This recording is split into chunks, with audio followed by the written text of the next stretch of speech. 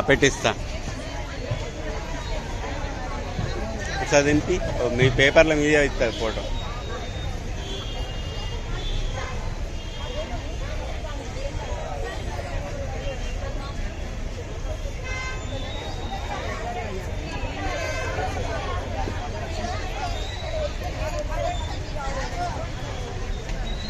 పెట్టివంట.